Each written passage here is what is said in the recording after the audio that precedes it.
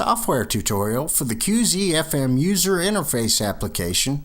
Before continuing, please complete the hardware setup and verify you have at least one sensor connected. To set up the software, go to QuSpin.com. Next, click on the products and then select Zero Field Mag from the submenu. You are taken to the QZFM product page. Scroll down to the Related Links heading and click on the Quick Start Guide for the QZFM. You are taken to a new page. Scroll down to the Software Setup heading. Download the QZFM UI Installer.exe on a 64-bit PC with Windows 7 or a later OS. Install the application. Once the installation is complete, launch the QZFM user interface application. Note, the first time the application is launched, it takes a few minutes to complete an automatic scan for all the connected units. It assumes the same sensors are connected upon all future launches. Therefore, it opens much more rapidly. The sensor that functions as the master is identified with the letter M. Other sensors function as slaves and are identified with the letter S. To add or remove sensors from the QZFM user interface, click on the Rescan button. Once clicked, follow the pop-up simple instructions. Once the sensor identification process is complete, the next step is to boot the sensors. To boot the sensors, click on the Auto Start button. The process takes a minute or two. Upon completion of the boot-up process, the laser on-off, cell T-lock, and laser lock status lights turn green. Next, we zero the magnetic field at the location of the sensing element inside the sensor. The maximum field that the internal coils can apply is about 50 nanotesla.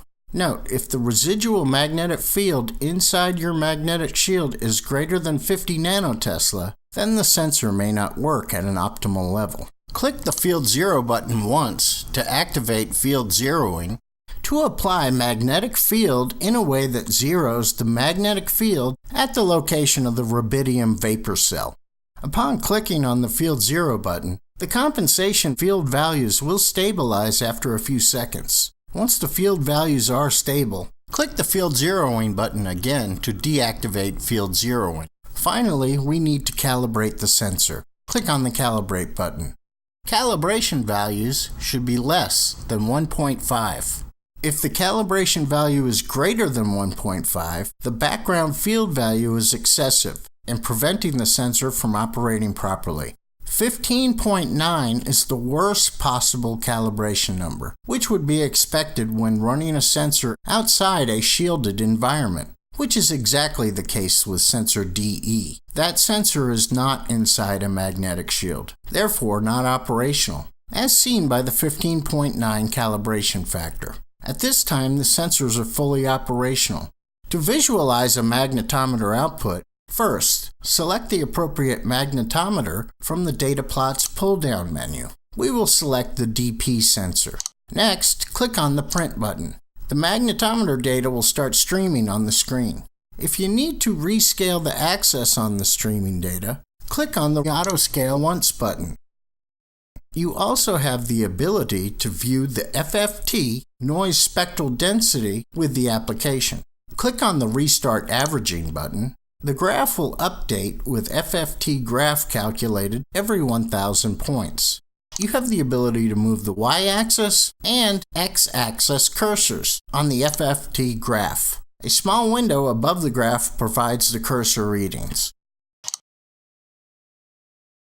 The y-cursor can be brought down to the noise floor to read the sensitivity.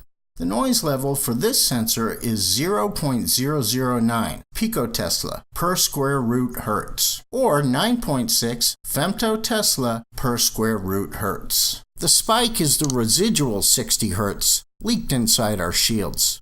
To save this data to a file, click on the File Save button below the File Save heading. You have the ability to visualize an additional magnetometer output. Below the first sensor streaming data is an additional Data Plots pull-down menu, which can be used to select an additional magnetometer output for simultaneous streaming. Tips and helpful information. Rezero the field and recalibrate the sensor each time the sensor position changes. Rezero the field and recalibrate the sensor if it experiences changes by more than 1 or 2 nanotesla. The analog voltage can be accessed from the backside of the electronics. The default analog output gain setting is 2.7 volts per nanotesla. The default gain setting is adequate when using a 16-bit data acquisition system. Analog output gain can be adjusted using the analog output gain buttons on the interface. You can adjust the analog output gain to 0.33x mode, in which case the output voltage to field conversion 0.89 volts per nanotesla.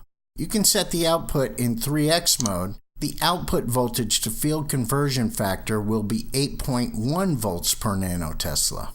If you wish to change the sensitive axis of the magnetometer, use the sensitive axis buttons on the interface. Remember, if the sensitive axis is changed, you must re-zero and recalibrate the sensor. The default sensitive axis is Z. This completes the software tutorial for the QZFM user interface application. Please email or call us if you have any questions. Thank you.